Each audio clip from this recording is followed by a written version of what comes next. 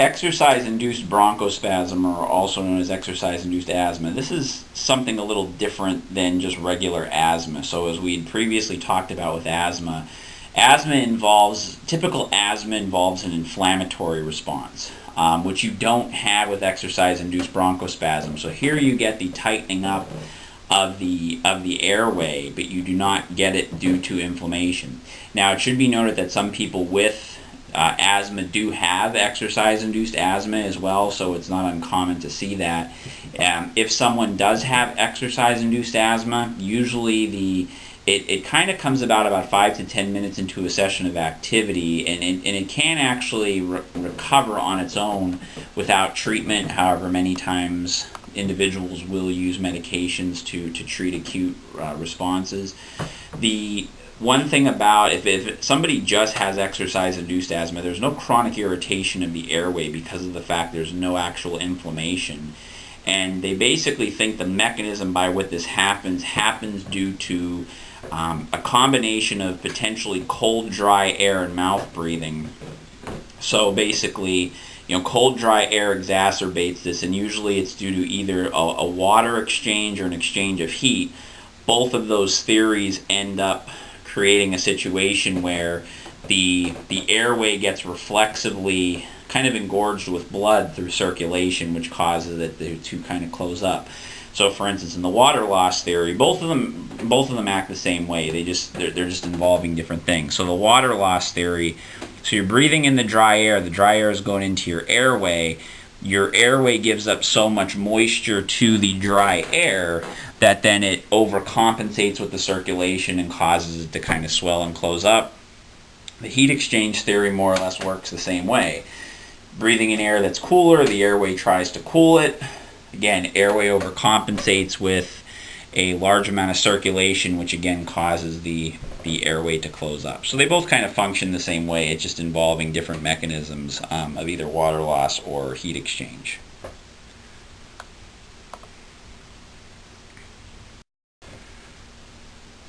Chronic obstructive pulmonary disease are basically a group of conditions that end up involving partially blocked airways. So bronchitis, emphysema, cystic fibrosis we're actually going to talk about a lot more later, are all different things that can cause the airway to, over time, basically start to close down. And much like asthma, the problem in people with COPD is that their airway, they can't expire their air. Their air gets trapped in their lower airway, and therefore it reduces their ability to then bring more air in. So a couple of conditions associated with this: acute bronchitis, chronic bronchitis. Acute bronchitis obviously many times is caused by an infection. Both of them can be caused by chemical irritation. So environmental factors can potentially create situations with bronchitis. Emphysema is a little different. So in emphysema, the alveoli, where that carbon dioxide oxygen exchange takes place at the end of the lungs, they end up getting destroyed, and it actually ends up reducing the elasticity of the lungs and damaging the capillaries. So this is something very common in smokers. So the alveoli gets destroyed, there's a reduction in the ability to exchange carbon dioxide and oxygen, and plus just the lungs' ability to expand gets very limited with this condition as well. So these are just pictures depicting some of the conditions. So if you look up top, you can see the upper left-hand corner, the alveoli with emphysema versus a normal view, and you can kind of see what happens to the lungs. It's kind of showing a picture as the alveoli gets destroyed, what that means for how much area there is for the lungs to exchange oxygen. So you start to lose the functional area, if you will, of the lungs for air exchange. Bottom right hand just showing you a picture of what happens with chronic inflammation of the bronchi. So just the mucus builds up, the inflammation, and that's going to limit the diameter of the airway.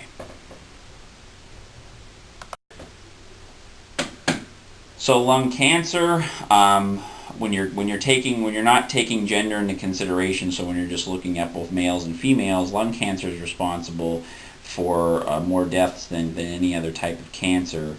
If you think about, I mean, I posed the question here, and you could think about it. You probably know it already, but think of the primary association with lung cancer. So what's the typical cause of lung cancer? There's other causes as well. Certain chemical exposure, environmental exposures can do this. If you look in the picture, they're actually showing you large tumors from a cadaver, basically taking up the lungs. So again, think about that primary association as far as what's the main risk factor associated with lung cancer. Upper respiratory infection, looking at the common cold, which is one of the more common presentations of upper respiratory infections. So the common cold, known as the rhinovirus, obviously the pathogen here is a viral infection. One thing to note that some complications of colds usually end up being sinus and ear infections, and many times those do end up turning into bacterial infections. However, sinus and ear infections can also be caused by viruses as well. So again, part of the thing to realize here is, again, for a common cold, antibiotics won't work because colds are not caused by bacteria, they're caused by viruses. So they typically last around 7 to 10 days. There are actually some homeopathic remedies out there that can actually shorten the duration of a cold potentially for an individual, and it's just important to note that they are very contagious. It is spread through the respiratory secretions, particularly in the first 72 hours of the infection. Another viral infection that affects the respiratory system is influenza. So something that has a little more severe as far as the signs and symptoms and presentation than a common cold. Usually the influenza does start to begin around fall season, kind of goes through the winter and sometimes into the early spring. This can be avoided a lot of times by vaccination. Now it's important to note that the influenza, the flu vaccines, they're specific to certain strains. So what they do is at the beginning of the flu season, they look at the type of strain that seems to be the most prevalent one, and that's what the vaccine kind of focuses on. You can technically still get the flu if you get infected with another strain. However, if you have the vaccine, even if it is a different strain, you will not get as severe an infection and won't last for as many days. So that's kind of is important to note. The transmission, again, respiratory secretion, so just again making sure you wash your hands and things like that, particularly during the flu season, very important. Cystic fibrosis is an inherited disorder, and it affects the exocrine glands, and it affects other exocrine glands outside of the respiratory system, but obviously our focus is the respiratory system here. The issue that you get these increased secretions from the exocrine gland. So when you have an exocrine gland, that's a gland that will secrete substances into the body. And what that will do as far as the respiratory system is concerned, it'll block the airway. And many times the person who has this will develop repeat infections, pneumonia, things of that nature, and it could eventually become fatal if they continue to have a lot of complications from it. Again, this can also affect other areas of the body, so it could cause digestive problems, particularly if the individual's presentation also involves the pancreas and the intestine. So because of the fact that in really severe cases it can cause a lot of complications, only about half of the individuals with this live until 30. So it's really important that, and your book talks about some of the treatments, very important to maintain that in order to help the person live a healthier, prolonged life.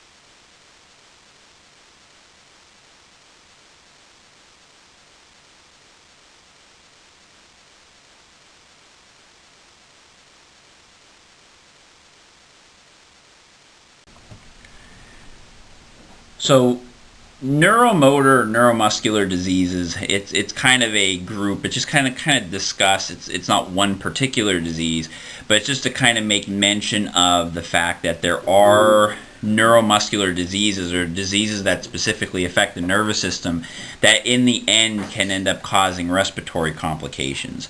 So obviously part of our control of breathing, as we talked about earlier, comes through the nervous system.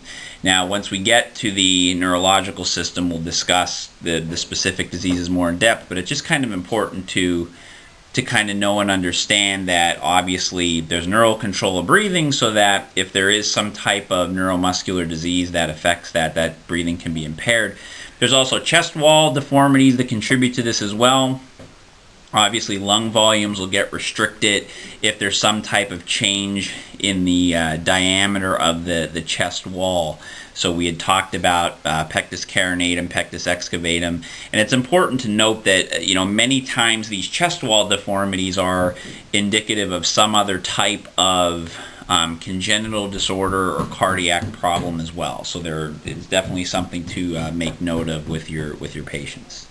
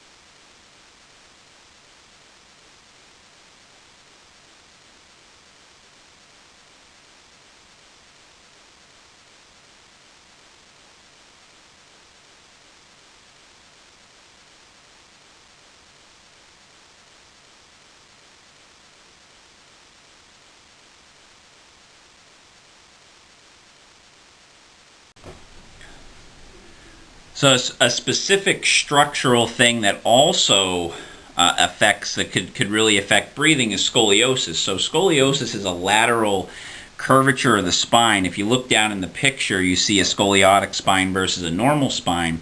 So if you think about the thoracic spine, we have 12 thoracic vertebrae and ribs attached to those. So if that part of the spine is laterally flexed and twisted, which is what ends up happening in someone that has scoliosis, that's going to affect the shape and size of the chest wall. So there could be a significant decrease in pulmonary function, or can cause breathing difficulty, particularly in those who have not had the deformity fixed. So it's important to kind of look at, if you do have a younger person with scoliosis, they should probably consult with a surgeon to see if surgery is necessary, particularly if they have a pretty significant deformity. Pertussis is a pediatric condition. It's an infection where an individual gets infected with a bacteria that produces a long inspiratory cough. So it's known as whooping cough because the characteristic long inspiration that occurs during the cough produces a whooping sound. And the reason why this occurs is the infection decreases the function of the cilia. So throughout your respiratory tract, you have these little hair-like, finger-like projections in the respiratory tract that helps to remove, respiratory secretions throughout the respiratory system. Well, in this situation, they don't function as well, and so those respiratory secretions produce this cough.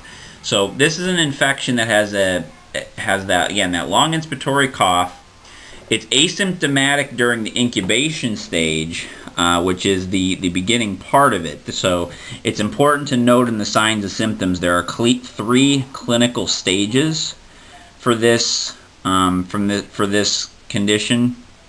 This is transmitted from person to person, so that's an important point to note.